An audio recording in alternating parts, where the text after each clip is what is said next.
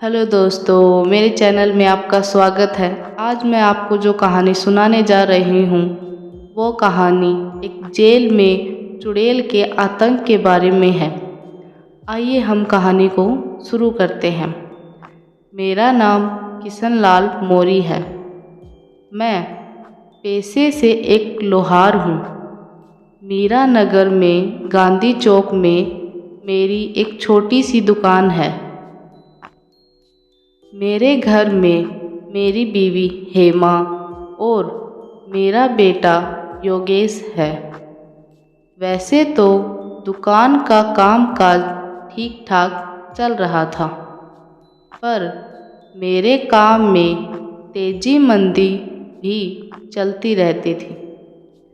घर के खर्चे बड़ी मुश्किल से निकल रहे थे।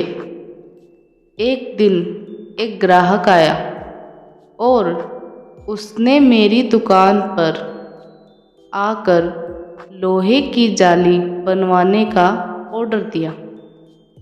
मुझे पक्का याद है कि उसने एडवांस में 500 रुपये दिए थे, पर जब वह तैयार हो चुकी जाली लेने आया तो यह जिद करने लगा कि उसने 1000 रुपये एडवांस दिया था।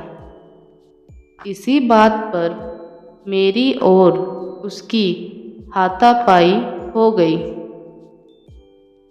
और मैंने गुस्से में उसके सिर पर लोहे की पाइप मार दिया। इस कांड की वजह से मुझे 1 साल की जेल हो गई। वैसे तो मैं आज जेल से रिहा हो चुका हूँ, पर जेल की कड़वी यादें आज भी मुझे बहुत डराती हैं। जेल के अंदर मुझे सी बैरक में रखा था। मेरा कैदी नंबर 13 था। एक रात जब मैं सोया हुआ था तो मैंने किसी औरत के हंसने की आवाज़ सुनी। मैं चौंक गया। जब मैंने लॉबी में देखा तो दूर अंधेरे में कोई औरत खड़ी थी। मुझे यकीन नहीं हुआ कि मर्दों की जेल में एक औरत कैसे घुस आई होगी। मैंने अपने पास सोए हुए सोमेश को जगाया और बोला कि यहाँ पर कोई औरत घूम रही है। सोमेश बोला कि तेरा दिमाग हट गया है क्या? ये मर्दों की जेल है, यहाँ कोई औरत अंदर नहीं आ सकती। इतना बोलकर वह फिर से सो गया। मैंने फिर से सलियों के बाहर झाँका तो पता चला कि वह औरत अब भी वहीं लॉबी में खड़ी थी। मुझसे रहा नहीं गया तो मैंने उसकी ओर पानी का खाली गिलास फेंका। मेरी इस हरकत से उसने मेरी ओर देखा और अंधेरे से उजाले में आने लगी। वह एक सजी धजी जवान औरत थी। वह हमारे सेल के पास आकर रुक गई। मैं डर के मारे थोड़ा पीछे हट गया। तभी अचानक उसने हमारे सेल के ताले पर नज़र डाली। पलक झपकते ही ताला खुलकर नीचे गिर गया और दरवाज़ा भी खुल गया। यह सब देखकर मेरे तो रोंगटे खड़े हो गए। उसके बाद उसने मेरी ओर नज़र घुमाई। मैं उसे देखकर डर के मारे कांपने लगा। अब वह फिर से मुड़कर उस ओर जाने लगी जहाँ से वह आई थी। जब वह मुड़ी तो उसके पीठ पर कोई मांस या चमड़ी नहीं थी, सिर्फ पिंजर था। यह भयानक नज़ारा देखकर मेरे तो होश उड़ गए। मैं चिल्लाना चाहता था, पर ज़बान से आवाज़ भी नहीं निकल पा रही थी।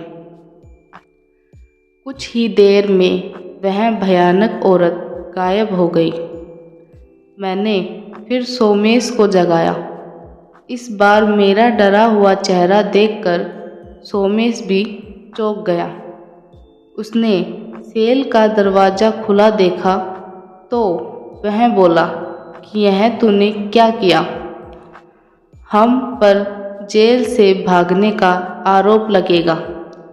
हम दोनों ने मिलकर सेल का दरवाज़ा बंद कर लिया और खुला ताला लटका दिया।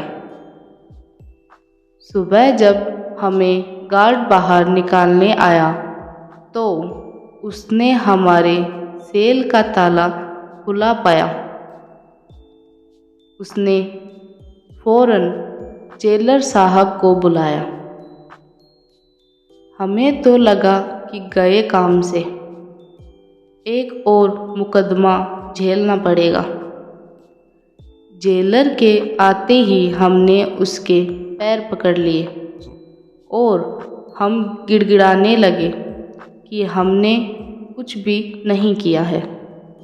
कुछ देर बाद जेलर बोला कि शांत हो जाओ। मुझे पता है कि ताला तुम दोनों ने नहीं तोड़ा है। मुझे पता है कि हमारे जेल में एक खतरनाक चुड़ैल घूमती है। कई कैदी उसके खौफ से बीमार भी पड़ जाते हैं। अगर उस चुड़ैल को गुस्सा ना दिलाया जाए तो वह इधर उधर घूमकर वापस चली जाती है। तुम दोनों ने कुछ किया तो नहीं था? मैंने फौरन कबूल किया कि वह कौन है। यह जानने के लिए मैंने उसकी ओर एक खाली गिलास फेंका था।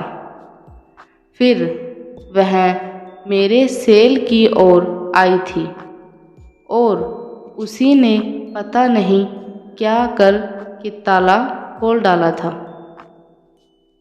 जेलर ने कहा कि यह अच्छा नहीं हुआ, अब तुम्हें सावधान रहना होगा। वह किसी भी वक्त तुम पर हमला कर सकती है। उसी दिन जेलर ने मुझे सी बैरक से निकालकर बी बैरक में शिफ्ट कर दिया। उस दिन के बाद हर रात मुझे पायल की खनक सुनाई देती थी।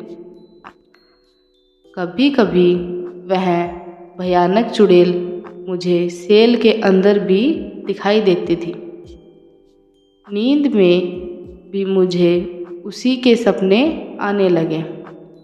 कभी कभी तो ऐसा लगता कि वह मेरी छाती पर आ बैठी है। ऐसे ही दिन पर दिन मेरा डर बढ़ने लगा और मैं बेवजह बीमार रहने लगा। अभी मेरी 1 साल की सज़ा ख़त्म होने में 3 महीने बाकी थे। तभी मेरी हालत को ध्यान में रखते हुए मुझे बाकी की सज़ा से मुक्ति दे दी गई और मैं घर लौट आया। घर आकर मुझे लगा कि बला टल गई, पर ऐसा नहीं था।